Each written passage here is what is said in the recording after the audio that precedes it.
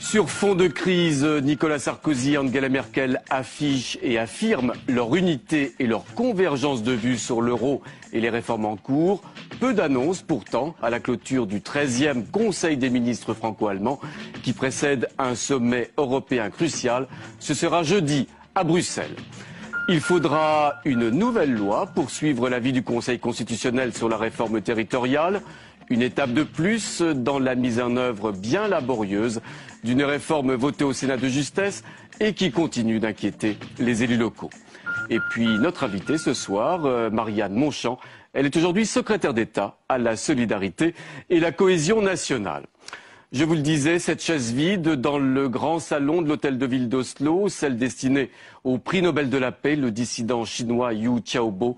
C'est l'image de cette journée, marquée aussi par de très nombreux appels en faveur de sa libération. Barack Obama estime que le dissident incarne des valeurs universelles. Paris demande la libération de toutes les personnes détenues pour avoir défendu les droits de l'homme. Pékin, de son côté, fustige, je cite, le théâtre politique du Nobel, Marie Brémaud. Impossible pour Liu Xiaobo de recevoir en personne son prix Nobel de la paix.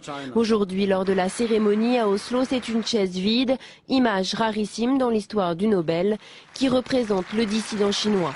La Chine ne décolère pas depuis l'annonce de l'attribution.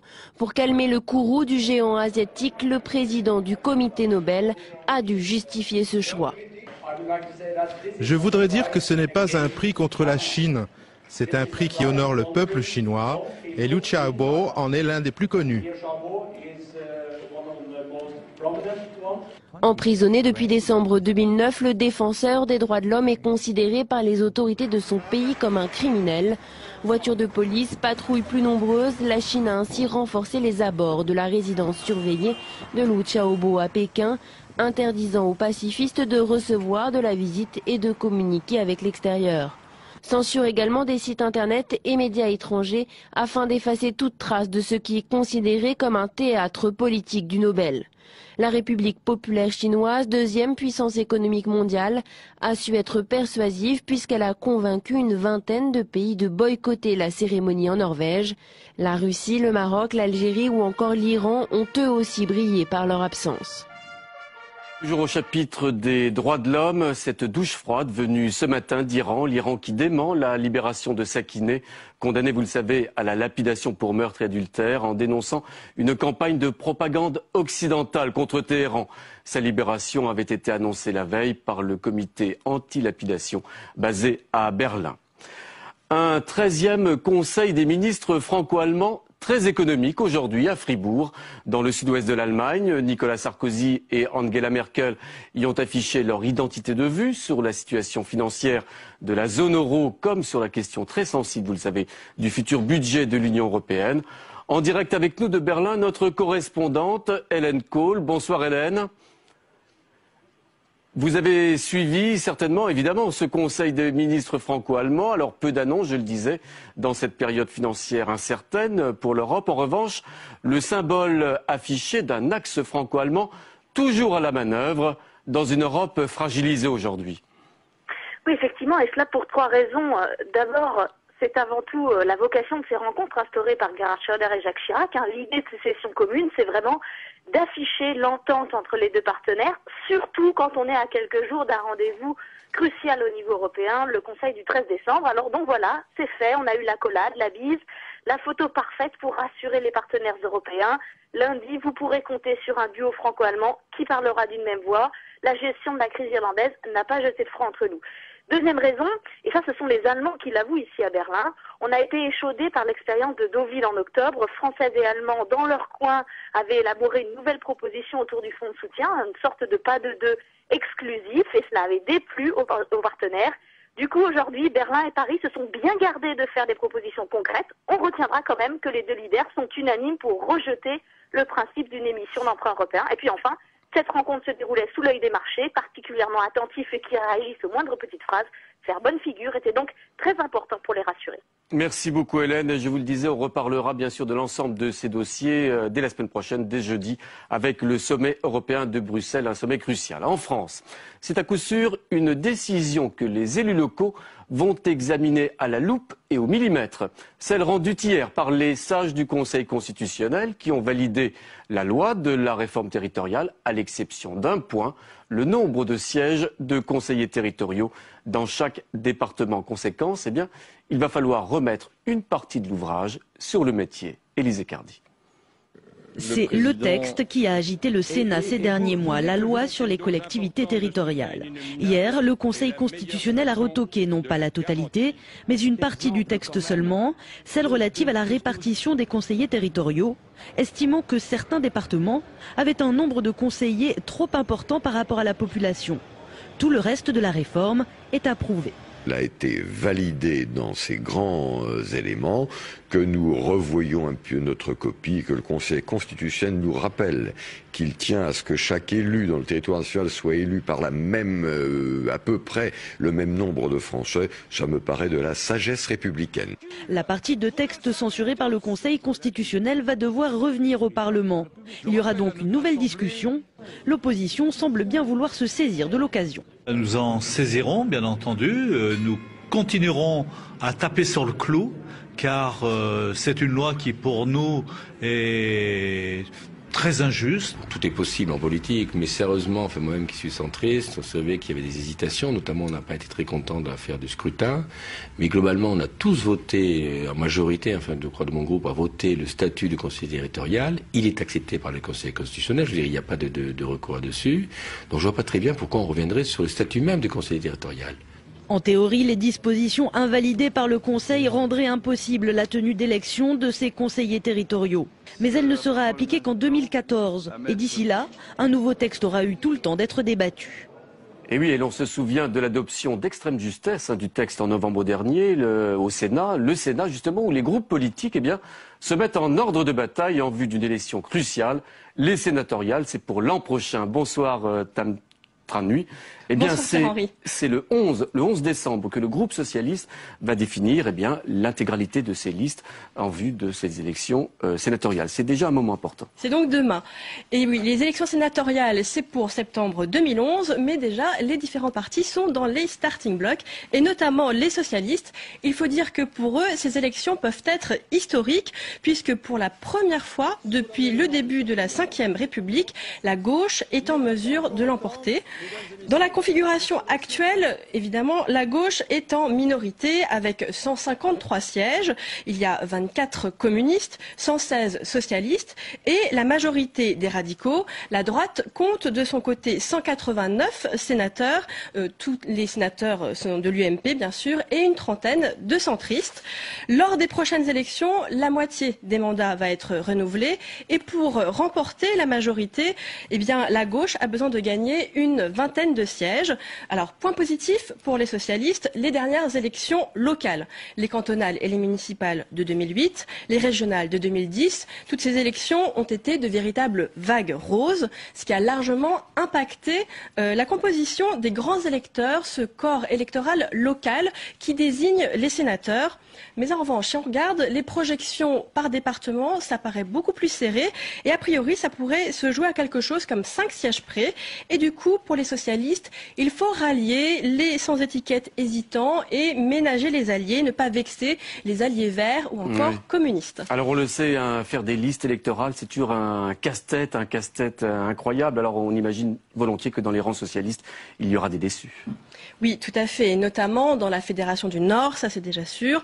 Martine Aubry a apposé sa griffe dans son département et elle a évincé certains sénateurs actuels des listes. On retient surtout Bernard Frimat, le vice-président, l'un des vice-présidents du Sénat.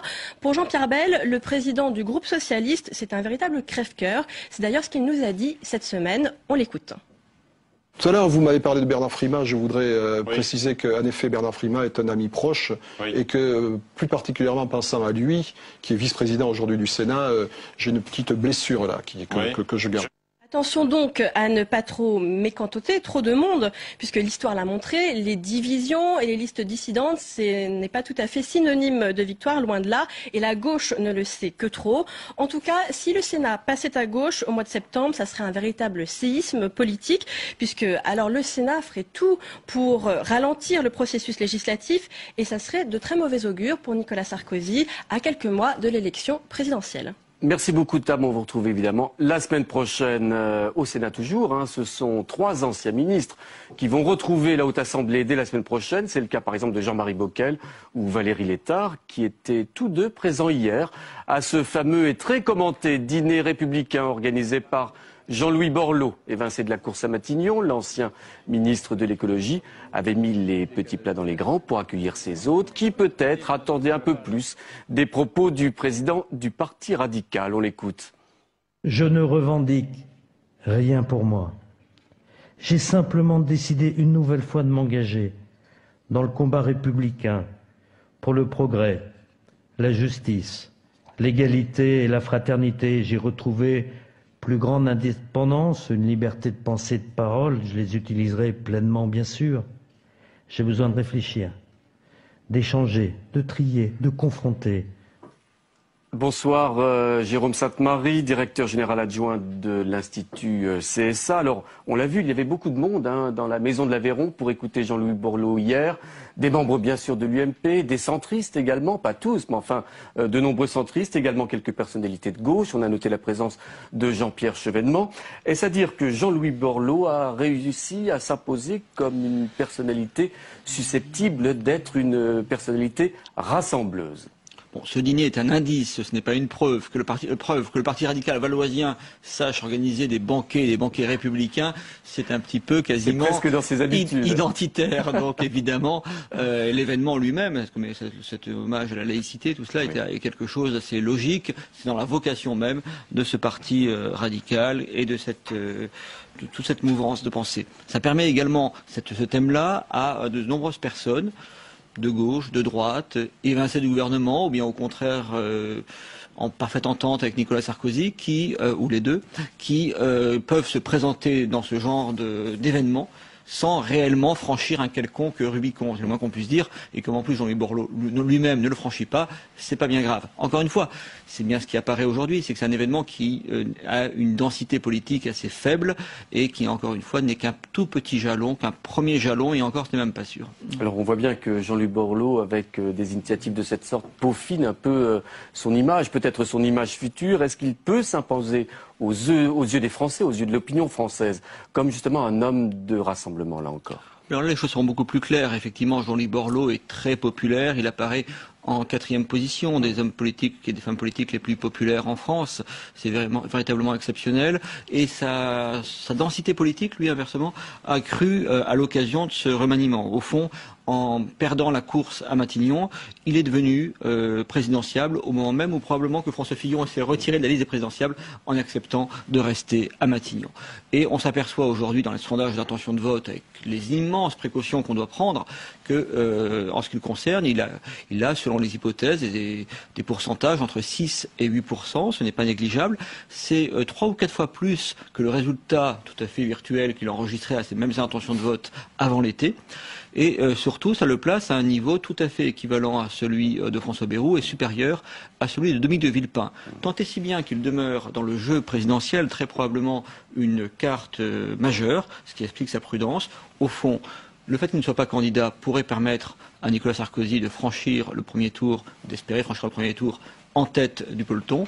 Inversement, si dans notre configuration, ça pourrait être utile également pour Nicolas Sarkozy d'avoir un candidat de centre droit dont, d'après ces mêmes études, les électeurs se reporteraient assez bien sur le candidat de droite au second tour. En tout cas, Jean-Louis Borloo sait pertinemment qu'il a une carte à jouer dans cette affaire. Oui, il peut être utile de différentes façons. C'est une position absolument idéale qu'il occupe aujourd'hui dans le jeu politique. Merci beaucoup, Jérôme Sainte-Marie, de vos analyses. C'est une première qui intéresse tous les Français et qui pourrait bien ouvrir la voie à des milliers de contentieux. C'est la SNCF qui a été condamnée à indemniser un passager à cause du retard d'un train, un retard dû à une erreur d'aiguillage. La SNCF a des obligations de ponctualité, a rappelé la Cour d'appel de Paris, Margot Briot et Aurélien Romano. Le précédent créé par cette décision de justice pourrait coûter cher à la SNCF. L'arrêt rappelle à l'entreprise ses obligations de ponctualité, ce qui redéfinit le rapport entre la SNCF et ses usagers pour cet avocat. Je pense qu'on va vers des changements et que de plus en plus, les juges considéreront que ces grands opérateurs de services publics ont une obligation de résultat. On ouvre un peu la boîte de Pandore. Une boîte de Pandore que les associations d'usagers ont bien envie d'ouvrir. Surtout, cette décision concerne un trajet en train de banlieue, des trajets qui ne sont jamais dédommagés, contrairement à ceux en TGV. En particulier pour les trains de banlieue parisienne, on sait que c'est tous les jours qu'il y a des retards, des suppressions de trains, des incidents techniques, des pannes, etc. Beaucoup d'usagers ont vraiment la peur au ventre parce qu'ils disent « je vais arriver en retard au bureau ». Ce défenseur des usagers espère bien que la décision fera jurisprudence. Mais rien ne le garantit car la SNCF n'est pas allée jusqu'à la plus haute juridiction, la Cour de cassation. La SNCF n'a pas fait de pourvoi en cassation. Donc c'est pas sûr que d'autres cours d'appel prennent la même décision. La direction de l'entreprise reste donc confiante et insiste sur l'étude au cas par cas. Il faut encore, je vous le précisais, qu'il y ait des circonstances tout à fait particulières qui démontrent que le préjudice, finalement, remplit les conditions pour être indemnisable. D'autres affaires concernant des retards de train sont en cours. Le recours au judiciaire pourrait devenir un nouveau moyen de régulation des horaires. Alors, sur ce dossier, nous avons posé la question à nos amis internautes de notre partenaire, le nouvelobs.com. Retard des trains, la SNCF doit-elle indemniser les usagers? Eh bien, vous êtes une très large majorité, 70% d'entre vous, en tout cas des internautes de nouvelobs.com, à répondre oui à cette question, 26% de non seulement. Tout autre chose, l'arrêt Moulin, c'est du droit. Et c'est une nouvelle illustration des imbrications souvent complexes entre le droit français et le droit européen. L'avenir de la législation sur la garde à vue, par exemple, pourrait bien dépendre de ce que dira prochainement la Cour de cassation française au regard d'une décision européenne. Explication Lola Sorrenti. Le dossier est délicat. Il pose la question de la légalité de notre système de garde à vue. La France tient à son modèle, mais le problème, c'est que la garde à vue à la française n'est pas conforme à celle préconisée par la Cour européenne des droits de l'homme. Le pourvoi de la Cour de cassation s'inscrit dans un contexte sensible. Le projet de loi sur la réforme de la justice est sur le point d'être examiné par le Parlement. Ce pourvoi est observé avec attention car il intervient après 2 condamnations de la France par la Cour européenne des droits de l'homme. L'une condamne la garde à vue française non conforme au droit européen, l'autre, appelée l'arrêt Moulin, dénonce le manque d'indépendance du parquet vis-à-vis de l'exécutif, le procureur étant nommé par la chancellerie. Tout l'enjeu est de savoir si oui ou non la position de la Cour européenne des droits de l'homme influencera suffisamment la décision de la Cour de cassation, qui, elle, a le pouvoir de modifier le droit interne. Autrement dit, y aura-t-il une modification du régime de la garde à vue ou au contraire, la spécificité française sera-t-elle sauvegardée? La Cour de cassation rendra sa décision le 15 décembre prochain. Voilà, je vous le disais dans les titres, notre invitée ce soir, Marianne Monchamp, secrétaire d'État aux solidarités et à la cohésion sociale.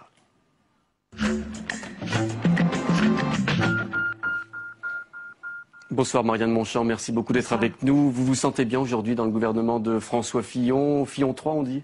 Oui, c'est ça, Fillon 3, à l'action, sur des sujets sensibles qui touchent nos compatriotes de très près. Et ces Français auxquels nous nous adressons, Roselyne Bachelot et moi-même, sont des Français pour lesquels la réalité de demain, j'entends demain matin, compte beaucoup dans leur vie. Solidarité et cohésion sociale, ça fait quel périmètre pour vos missions qui sont les vôtres? C'est un périmètre qui est large, qui amène à des actions transversales puisqu'elles vont toucher, et elles touchent déjà tout à la fois les personnes handicapées, les personnes âgées, le chantier des dépendances, le droit des femmes, la famille, l'exclusion, tous les grands sujets sociaux qui aujourd'hui appellent vraiment la question de la solidarité dans notre pays. Des sujets évidemment essentiels pour l'avenir de la société. Vous avez évoqué par exemple la dépendance. Est-ce qu'on peut réformer correctement à 18 mois d'une élection présidentielle dans des domaines comme les vôtres par exemple? Je pense que c'est indispensable. Quand on écoute les Français, quand on les interroge, la question des solidarités est tout à fait centrale dans leur conception, dans l'idée qu'ils se font de la République. C'est même un élément de notre pacte républicain au point qu'il est identitaire. On a beaucoup d'occasions de voir l'expression par les Français d'une solidarité du quotidien. Il y a quelques jours de cela, le Téléthon. ambitions, une véritable attente, là aussi, que la puissance publique donne en quelque sorte le cap de ces actions solidaires, et en même temps parfois ce sentiment un peu nostalgique que le modèle social pourrait aller moins bien demain.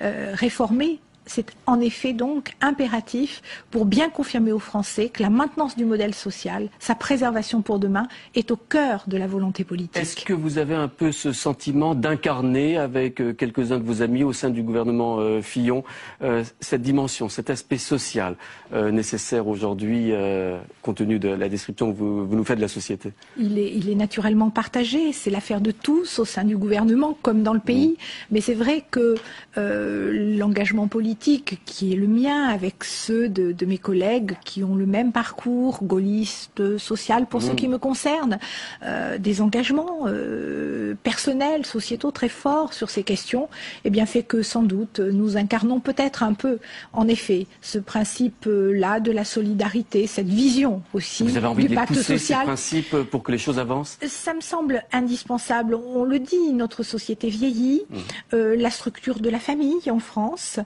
évolue considérablement, les familles monoparentales sont très fréquentes. Le nombre de nos compatriotes qui expriment ce sentiment de la précarité, jusqu'à des niveaux parfois assez élevés dans notre société, avec des revenus qui semblent en première intention tout à fait corrects, et donc qui malgré tout, malgré cela, laissent à penser que le moindre accident de la vie pourrait faire basculer toute une vie dans une situation de précarité. Eh bien, c'est à cela, je crois, que la puissance publique, comme on dit, doit répondre de manière précise, volontariste et attentive à des situations individuelles très différentes. Vous parliez de gaullisme social. Vous avez l'impression que Nicolas Sarkozy peut incarner également cette fibre sociale-là? J'en suis convaincue. Le choix qu'il a fait par la composition du gouvernement Fillon 3, comme vous le disiez, l'annonce de ce chantier sur la dépendance, qui est un courage politique notable, à une période où beaucoup de gouvernants traditionnellement font le choix d'attendre tranquillement l'échéance électorale, montre effectivement cette attention, cette inflexion. En tout cas, moi, j'y suis particulièrement sensible. Alors, Marianne Monchamp, vous nous le disiez, vous êtes bien au sein de ce gouvernement de François Fillon, et pourtant vous avez été très proche de Dominique de Villepin, l'ancien Premier ministre. Vous avez été porte-parole de son mouvement Démocratie République Solidaire. Finalement, pourquoi avoir fait ce choix à, je le disais, 18 mois de la présidentielle aujourd'hui? Eh bien, en fait, pour ces raisons que j'évoquais il y a un instant. Vous savez, quand on fait de la politique, il y a un temps pour la doctrine, il y a un temps pour les idées. Et c'est vrai qu'avec Dominique de Villepin, qui est l'homme d'État qu'on connaît, l'homme de l'ONU, celui qui porte très haut les valeurs de la République, nous partageons ces convictions et je les ai exprimées à ses côtés. Et puis, il y a dans la vie politique le temps des choix. Et quand on entre effectivement dans la part plus polémique des choses, où là les affrontements se font plus interpersonnels, comme on dit, il arrive qu'effectivement on puisse, et je trouve cela légitime, c'est le choix que j'ai fait, faire le choix de l'action. D'autant plus qu'encore une fois, comme je vous le disais, ceux de nos compatriotes à qui s'adressent les missions qu'avec Roselyne Bachelot nous partageons n'attendent pas les élections de 2012. Leur question, c'est pour demain matin. Pour certains d'entre eux, c'est pour cette nuit il faudra leur trouver des places d'hébergement, les convaincre, et c'est tellement difficile de quitter l'endroit où ils sont pour aller se mettre à l'abri. On voit bien que dans ce cas-là, l'action peut reprendre ses droits, en tout cas,